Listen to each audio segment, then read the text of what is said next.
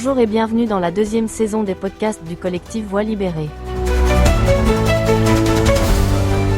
Alors, aujourd'hui, on va se pencher sur un sujet assez fort qui nous vient d'un extrait de podcast du collectif Voix libérée. Oui, Ça date de janvier 2026 et ça parle de la création d'une nouvelle structure à Tours. c'est ça, le pôle diocésain d'accompagnement et de mémoire des personnes victimes. Exactement. Et l'idée, c'est un peu de décortiquer ensemble ce qui se cache derrière. Est-ce que c'est juste un service de plus ou est-ce qu'on assiste à un vrai changement d'approche ? C'est la bonne question, surtout que ça s'inscrit dans un mouvement plus large de prise de conscience au sein de l'Église. Oui, après tous les rapports qu'on a vus, Voilà, on sent une volonté de passer enfin des paroles aux actes. tout à fait.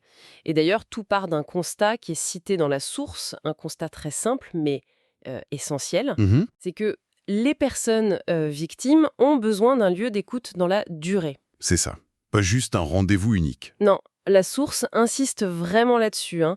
Un lieu où l'on peut revenir, où l'on est accompagné dans le temps. Et c'est là, je pense, qu'on touche au cœur du changement de paradigme. C'est-à-dire, On quitte une logique qui a pu être perçue comme administrative, voire un peu légaliste, du genre comment on traite ce dossier, d'accord, je vois. pour entrer dans une approche beaucoup plus humaine, presque thérapeutique. La question devient comment on accompagne cette personne. Sur le long terme. Oui, sur des années s'il le faut. Le traumatisme n'est plus un événement ponctuel à archiver, c'est une blessure qui demande du soin, du temps. C'est une distinction qui est fondamentale. Alors, la question que tout le monde se pose, j'imagine, c'est concrètement, Qu'est-ce qu'on y trouve? oui, voilà, si on pousse la porte de ce pôle, qu'est-ce qui se passe ? Alors, l'offre, elle est pensée pour être très souple. Il y a évidemment un premier accueil, une écoute vraiment personnalisée. D'accord. Mais la suite, c'est presque à la carte. Ça peut être des entretiens réguliers, une orientation, Vers des professionnels, j'imagine ? oui, ou même, et c'est ça qui est intéressant, ce que la source appelle une simple présence humaine.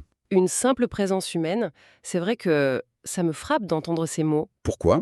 Ça semble tellement évident et pourtant dans des grandes institutions, c'est peut-être la chose la plus radicale à offrir et la plus difficile. Vous mettez le doigt dessus.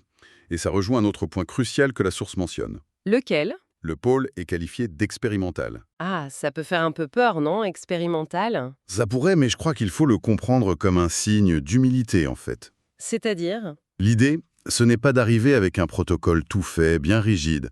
C'est de construire la méthode en partant de la parole des personnes victimes elles-mêmes. Ah oui, donc l'inverse de ce qui se faisait avant. Exactement. Ce n'est plus aux victimes de s'adapter à la structure, c'est la structure qui s'adapte à elles. Mais ce côté expérimental, ça ne risque pas d'être un peu angoissant pour une personne qui est déjà en souffrance. On cherche plutôt du solide, non ? C'est une crainte légitime, c'est vrai. Mais je pense que la clé, c'est la transparence. Le lien avec le diocèse, il est assumé. Mhm. Mais la priorité absolue, c'était cet espace de confiance, où le rythme de la personne est la seule chose qui compte. D'accord. L'aspect expérimental, ça veut surtout dire qu'on se donne le droit d'apprendre, d'ajuster, de ne pas prétendre avoir toutes les réponses. Et ça, pour quelqu'un qui a fait face à des discours très dogmatiques, cette souplesse peut être très rassurante, au contraire. Je comprends.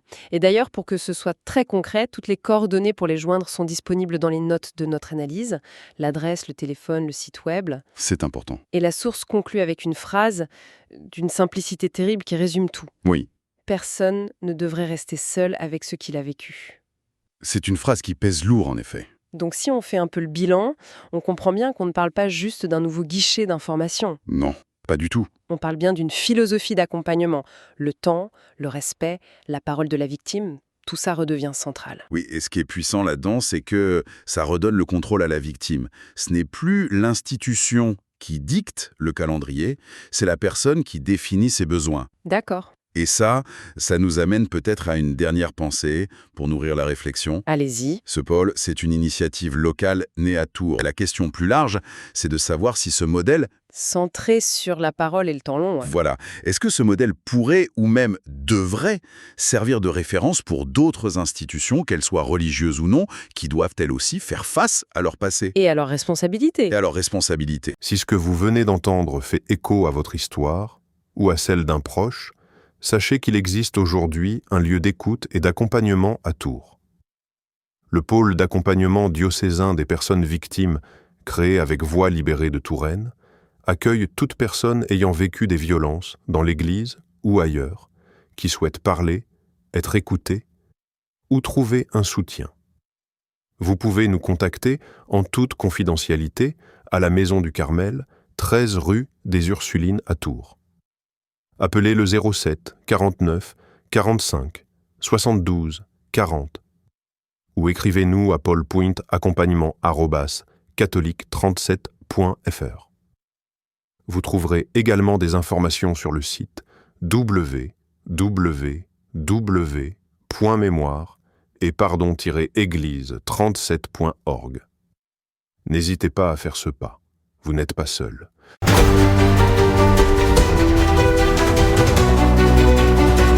Merci d'avoir écouté cet épisode. Ce podcast est produit et réalisé par le collectif Voix libérée. Pour nous écrire, témoigner ou partager, envoyez un mail à pecantores37@gmail.com. Parce que nos voix comptent, parce que le silence n'est plus une option, parce que la mémoire exige justice et vérité. À la semaine prochaine.